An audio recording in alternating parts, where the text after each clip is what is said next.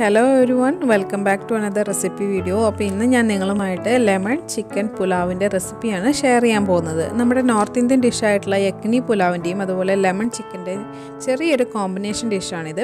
അപ്പോൾ അതിന് വേണ്ടിയിട്ടുള്ള ചിക്കൻ നമുക്ക് ആദ്യം ഒന്ന് മാരിനേഷൻ ചെയ്തെടുക്കാം. അപ്പോൾ ഏകദേശം 1 ടീസ്പൂണോളം നിറച്ചെടുത്ത് 1 ടീസ്പൂണോളം കുരുമുളക് പൊടിയാണ് ഞാനിതിലേക്ക് ആദ്യം ചേർത്ത് കൊടുക്കുന്നത്. പിന്നെ പാകത്തിന് ഉപ്പ്. അപ്പോൾ ഇതിലേക്ക് വളരെ കുറച്ച് ഇൻഗ്രീഡിയൻസ് മാത്രം മതി കേട്ടോ. പിന്നെ നമുക്കിതിലേക്ക് ചേർത്ത് കൊടുക്കാനുള്ളത് ജിഞ്ചർ ഗാർലിക് പേസ്റ്റ് ആണ്. അത് ഏകദേശം 1.5 ടീസ്പൂണോളം ചേർത്ത് കൊടുക്കാം. ഇപ്പോൾ ചിക്കൻ എന്ന് പറയുമ്പോൾ ഒരു 1/4 കിലോ ടു 1/2 കിലോ അത്രേ വരുള്ളൂ, അതിനധികം ഒന്നും വരില്ല. പിന്നെ ഒരു ചെറിയ ചെറുനാരങ്ങ അല്ലെങ്കിൽ ഒരു വലിയ ചെറുനാരങ്ങയുടെ പകുതി, ഏകദേശം 1 ടേബിൾ സ്പൂണോളം ചെറുനാരങ്ങ നീര്. പിന്നെ നമുക്കിതിലേക്ക് ചേർത്ത് കൊടുക്കാനുള്ളത് തൈരാണ്. നല്ല കട്ട തൈര്, അത് ഞാൻ ഏകദേശം ഒരു വലിയ ടേബിൾ സ്പൂൺ ചേർത്ത് കൊടുത്തിട്ടുണ്ട്. ഇനി നമുക്കിത് നന്നായിട്ടൊന്ന് എല്ലായിടത്തും ഒന്ന് സ്പ്രെഡ് ചെയ്ത് നല്ലതുപോലെ ഒന്ന് മാരിനേഷൻ ചെയ്ത് കുറച്ച് നേരം ഒന്ന് റെസ്റ്റ് ചെയ്യാൻ വെക്കാം.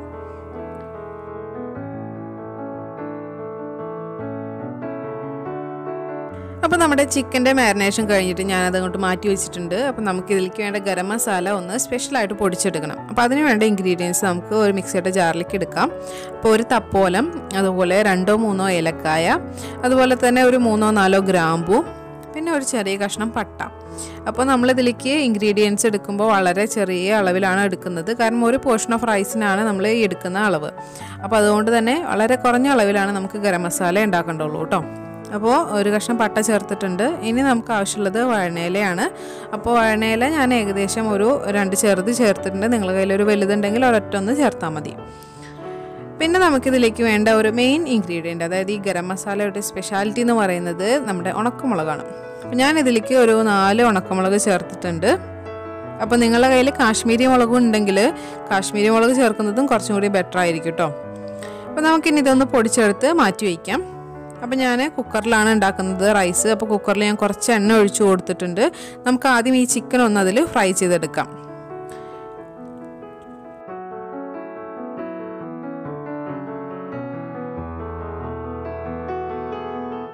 അപ്പോൾ നമ്മൾ ഈ ചിക്കൻ ഫ്രൈ ചെയ്യാനിട്ടിട്ടുണ്ടല്ലോ, ഇതിൻ്റെ മുകളിലേക്ക് നമുക്ക് ഒരു ഏകദേശം 1 ടേബിൾ സ്പൂണോളം നമ്മുടെ ഗരം മസാല ഇതുപോലെ ഒന്ന് ഇട്ട് കൊടുക്കാം കേട്ടോ. ഈ ഗരം മസാലയിൽ ഇട്ടിട്ട് വേണം നമുക്കിതൊന്ന് ഫ്രൈ ചെയ്ത് എടുക്കാനായിട്ട്. അപ്പോൾ ഞാൻ 2 സൈഡും അത്യാവശ്യം നല്ലതുപോലെ ഒന്ന് പൊരിച്ചെടുത്തിട്ടുണ്ട്. ഇനി നമുക്കിതിലേക്ക് ബാക്കിയുള്ള നമ്മുടെ ഇൻഗ്രീഡിയൻസ് ചേർത്ത് കൊടുക്കണം. അപ്പോൾ ഇതിൽ ഞാൻ ചിക്കൻ മാരിനേഷൻ ചെയ്തതിൻ്റെ കുറച്ച് മസാല പാത്രത്തിൽ ബാക്കി ഉണ്ടായിരുന്നു. അപ്പോൾ ഞാനിത് ഇതിലേക്ക് ഒഴിച്ചു കൊടുക്കുകയാണ്. നമ്മളിനി ഇത് കുറച്ചും കൂടി ഉള്ളിയൊക്കെ ചേർത്ത് ഒരു മസാല ആക്കി എടുക്കാൻ പോവാണ്. അപ്പോൾ ഇതിലേക്ക് ഞാൻ ഒരു വലിയ ഉള്ളി ചേർത്തിട്ടുണ്ട്. പിന്നെ നമ്മളിതിലേക്ക് ചേർത്ത് കൊടുക്കേണ്ടത് ഒരു 3-4-5 പച്ചമുളകാണ്. അത് എരിവിനനുസരിച്ച് കൂട്ടോ കുറയ്ക്കോ ചെയ്യാം കേട്ടോ. അപ്പോൾ പച്ചമുളക് ചേർക്കുന്നുണ്ട്.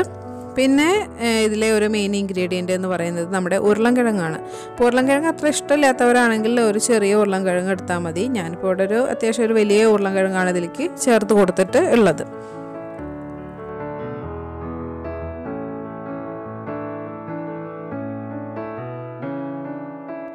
അപ്പോൾ നമുക്കിനി ഇതെല്ലാതും നന്നായിട്ടൊന്ന് മിക്സ് ചെയ്തെടുക്കാം. അപ്പോൾ ഈ ഉള്ളി ഒന്ന് വാടി കിട്ടണം, അതുപോലെ നമ്മുടെ ഉരുളൻകിഴങ്ങും ചെറുതായിട്ടൊന്ന് വെന്ത് തുടങ്ങണം. അപ്പോൾ അതിന് വേണ്ടിയിട്ട് നമുക്കിത് കുറച്ച് നേരം ഒന്ന് അടച്ചു വെച്ച് വേവിക്കണം.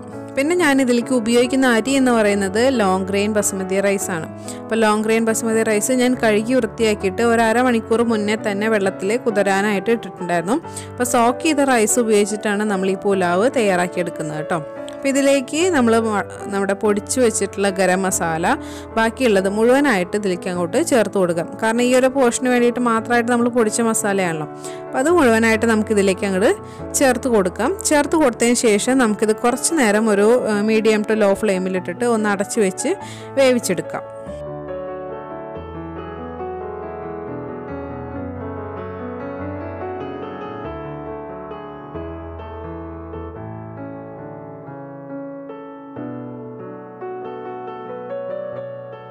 അപ്പോൾ നമ്മുടെ പുലാവിൻ്റെ മസാല അത്യാവശ്യം കുറച്ചൊന്ന് പാകത്തിന് വെന്ത് വന്നിട്ടുണ്ട്. നമുക്കിതിലേക്ക് ഇനി കുറച്ച് തൈര് ചേർത്ത് കൊടുക്കാം. അപ്പോൾ തൈര് എന്തായാലും ചേർക്കണം കേട്ടോ, അത് മസ്റ്റാണ്. അപ്പോൾ ഞാൻ ഏകദേശം ഒരു 2-2.5 ടേബിൾ സ്പൂണോളം തൈരാണ് ചേർക്കുന്നത്. അത്യാവശ്യം വലിയ ടേബിൾ സ്പൂൺ തൈര് തന്നെയാണ് ചേർത്തിട്ടുള്ളത്. നമുക്കിനി ഇതും കൂടി നന്നായിട്ടൊന്ന് മിക്സ് ചെയ്തെടുക്കാം. അപ്പോൾ യക്നി പുലാവിൻ്റെ ഒരു കോമ്പിനേഷൻ ആണെന്ന് പറഞ്ഞല്ലോ. അപ്പോൾ യക്നി പുലാവിൻ്റെ ഒരു മെയിൻ ഇൻഗ്രീഡിയൻ്റ് എന്ന് പറയുന്നത് തൈരാണ്. തൈര് എന്തായാലും ചേർത്ത് കൊടുക്കണം. അപ്പോൾ എരിവൊക്കെ ഒന്ന് ബാലൻസ് ചെയ്യാനൊക്കെ ഇത് എന്തായാലും ഹെൽപ്പ് ചെയ്യും. പിന്നെ നമുക്ക് വെള്ളം ചേർക്കണം. അപ്പോൾ 1 ഗ്ലാസ് അരിയാണ് ഞാൻ എടുത്തിട്ടുള്ളത്. 1 ഗ്ലാസ് അരിക്ക് 1.5 ഗ്ലാസ് വെള്ളം, അതാണ് അതിൻ്റെ കണക്ക്. അപ്പോൾ സോക്ക് ചെയ്തിട്ടുള്ള റൈസാണ്, അതുകൊണ്ട് തന്നെ 1 ഗ്ലാസ് അരിക്ക് 1.5 ഗ്ലാസ് വെള്ളം കറക്റ്റാണ്. അപ്പോൾ ഈ സമയത്ത് ഇതിൻ്റെ ഉപ്പൊക്കെ നോക്കുക, പാകത്തിന് ഉപ്പൊക്കെ ചേർത്ത് കൊടുക്കുക. അപ്പോൾ ഞാൻ 1.5 ഗ്ലാസ് വെള്ളം ഒഴിച്ചു കൊടുത്തിട്ടുണ്ട്. ഇനി നമുക്ക് നമ്മുടെ അരി ഇതിലേക്ക് ഇട്ട് കൊടുക്കാം.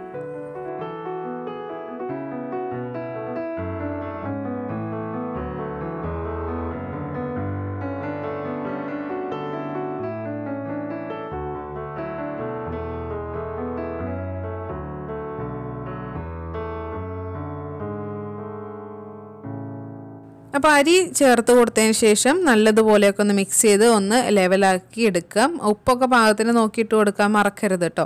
അപ്പോൾ ഇനി ഇത് നമുക്ക് ഒരു കുക്കർ അടച്ചു വെച്ചിട്ട് ഇതൊരു മീഡിയം ഫ്ലെയിമിലിട്ട് വേവിച്ചെടുക്കണം. ഒരൊറ്റ വിസിൽ വരെ വേവിച്ചാൽ മതി. അപ്പോൾ വിസിൽ വന്നു കഴിഞ്ഞാൽ ഫ്ലെയിം ഓഫ് ചെയ്യുക. പിന്നെ അപ്പം തന്നെ കുക്കറിൻ്റെ അടപ്പ് തുറക്കരുത്. കുറച്ച് നേരം വെയിറ്റ് ചെയ്തിട്ട് കുക്കറിൻ്റെ ആവി മുഴുവനായി പോയതിന് ശേഷം മാത്രം അടപ്പ് തുറക്കുക. അപ്പോഴേക്കും നമ്മുടെ പുലാവ് അടിപൊളിയായി റെഡിയായിട്ട് വന്നിട്ടുണ്ടാവും. അപ്പോൾ അതേ നമ്മുടെ ലെമൺ ചിക്കൻ, നല്ല സ്പൈസി ആയിട്ടുള്ള ലെമൺ ചിക്കൻ പുലാവ് റെഡി ആയിട്ടുണ്ട്. വേണമെങ്കിൽ അതിൻ്റെ മുകളിൽ കുറച്ച് മല്ലിയിലയോ അല്ലെങ്കിൽ ഇതുപോലെ ഗ്രീൻ ഓനിയനോ എന്തെങ്കിലുമൊക്കെ വിതറി കൊടുത്ത് ഒന്ന് ഗാർണിഷ് ചെയ്ത് എടുക്കാവുന്നതാണ്. അപ്പോൾ എന്തായാലും ഈ ടേസ്റ്റി ആൻഡ് ഈസി ആയിട്ടുള്ള ഈ റൈസ് നിങ്ങളെല്ലാവരും ട്രൈ ചെയ്ത് നോക്കുക. ആദ്യമായിട്ടാണ് ചാനൽ കാണുന്നതെങ്കിൽ ചാനൽ സബ്സ്ക്രൈബ് ചെയ്യാൻ മറക്കരുത്. ഒപ്പം ലൈക്ക് ചെയ്യുക, ഷെയർ ചെയ്യുക. അതുപോലെ തന്നെ എൻ്റെ ഫേസ്ബുക്ക്, ഇൻസ്റ്റ പേജിൻ്റെ ലിങ്കുകളും താഴെ കൊടുക്കുന്നുണ്ട്. ഫോളോ ചെയ്യാൻ മറക്കരുത്. See you soon with another beautiful video. Until then, take care. Bye bye. Assalamu alaikum. Thank you.